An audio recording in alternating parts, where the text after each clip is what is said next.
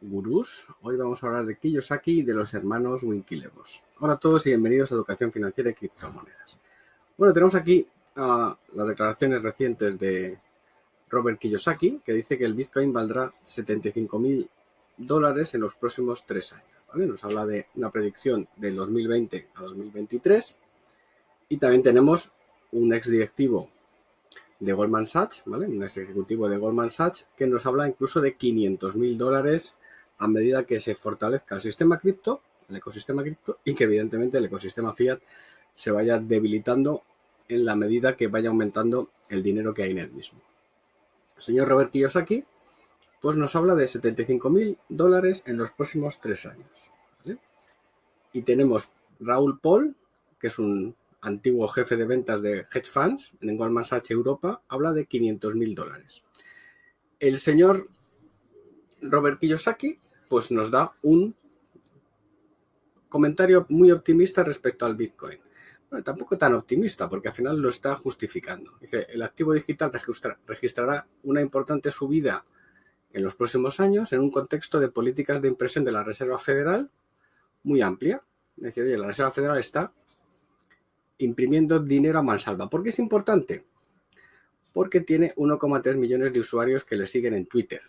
¿Vale? Está claro, es decir, no cae en saco roto. Al final, lo que digan los gurús, ¿a quién llegamos nosotros? A unos pocos miles. ¿A quién llega esta persona? Pues a 1,3 millones de usuarios. Entonces, en su último tweet dice: la economía está muriendo, la FED es una incompetente.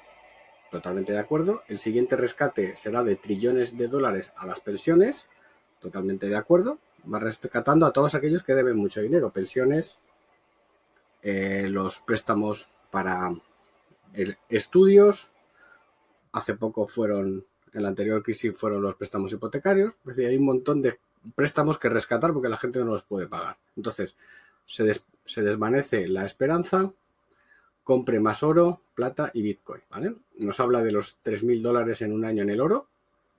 Es uno de los activos que nosotros hablábamos a principios de año que más nos gustaba. O sea, nos parece súper interesante, ¿vale? $3.000, ¿por qué no? En la plata, $17 a los próximos 5 años, $40. Y el Bitcoin de 10.000 a 75.000 en 3 años. Y rece para estar preparado para lo peor. O sea, prepárese para lo peor, ¿vale? Es decir, ¿esto en qué contexto lo está diciendo? Lo está diciendo en un contexto de que se van añadiendo millones y millones y millones de dólares de impresión de la maquinita de la Reserva Federal para estímulos. ¿Estímulos para qué? Estímulos para todos los sectores posibles. ¿Qué tiene que ver todo? Relacionado con la pandemia, ¿vale?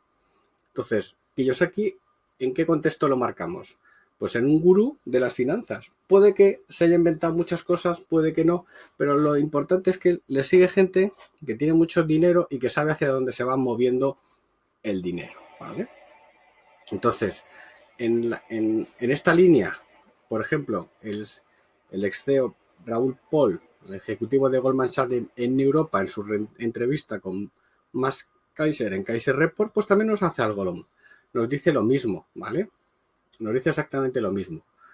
Hay una impresión, ¿vale?, de dinero y, pues evidentemente, el Bitcoin va arrastrado por esa impresión de dinero. Dices, que está muy cerca, o sea, le preguntaron sobre que la capitalización del Bitcoin acerque la del oro. Ahora mismo son 50 veces más, ¿vale?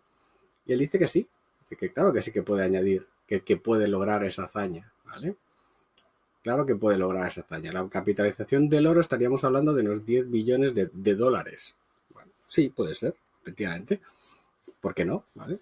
Eso son 10 millones de dólares. ¿Por qué no va a alcanzar esa capitalización? Y en este sentido hay mucha gente que está siendo optimista respecto al Bitcoin. Y está siendo optimista respecto al Bitcoin en esta medida, en la medida que, por ejemplo, nosotros ya dijimos en su momento, y nos parece muy interesante, dedicarle 1, 2, 3%, 5%, 10% de nuestros activos a Bitcoin. Claro, para esta gente es relativamente poca cantidad. Si yo tengo 10 millones de dólares y le dedico el 10% a Bitcoin, le estoy dedicando 1 millón. Si le dedico el 5%, le estoy dedicando $500.000. Para mí es una diversificación de la cartera, un criterio muy interesante, ¿vale? Es un criterio muy interesante de diversificación y no estoy arriesgando demasiado.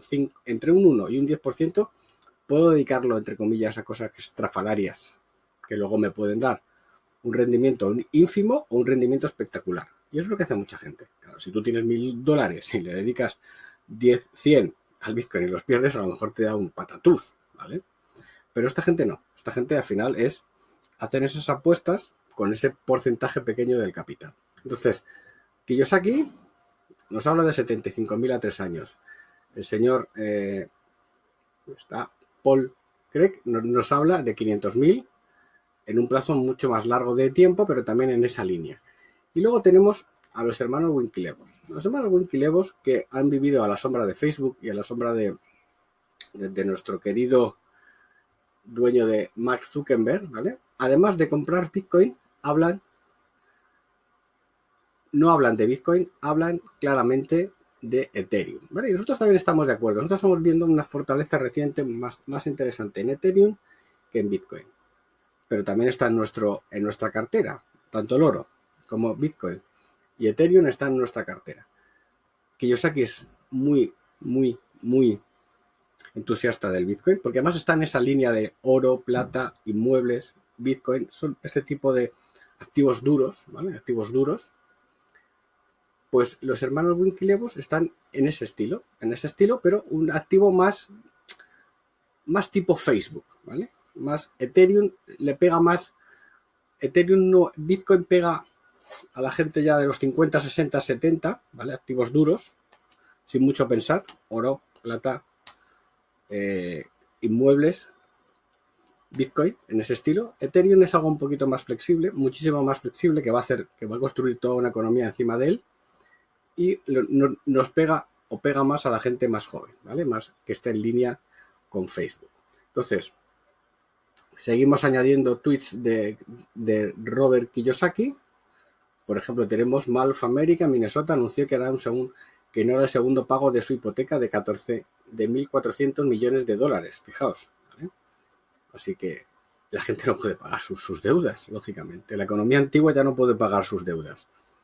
Mall es un gran supermercado. Si la gente no va a los grandes supermercados porque no puede moverse de su casa, pues un mall es como si no existiera, ¿vale? Es ese palacio que tienes en un sitio al que no puedes ir, que te da igual tener un palacio o tener una chabola, ¿vale?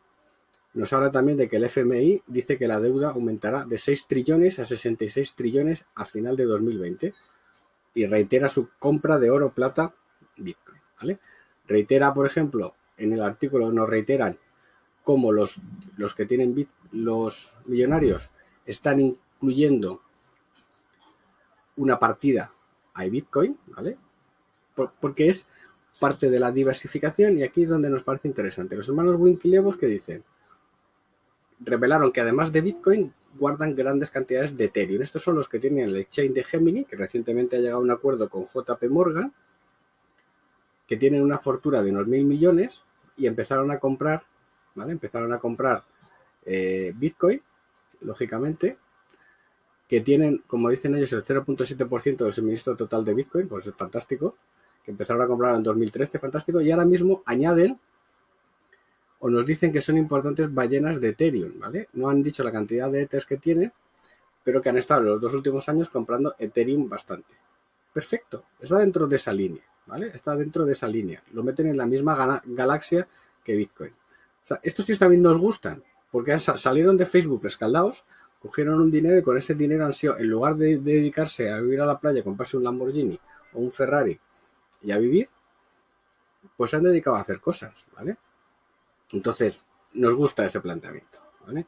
Nos gusta ese planteamiento de tener Ethers y hace 2 años empezaron y seguirán empezando sobre ello, ¿vale? Aquí además la crisis que estamos teniendo favorece la narrativa de Bitcoin como activo refugio, ¿vale?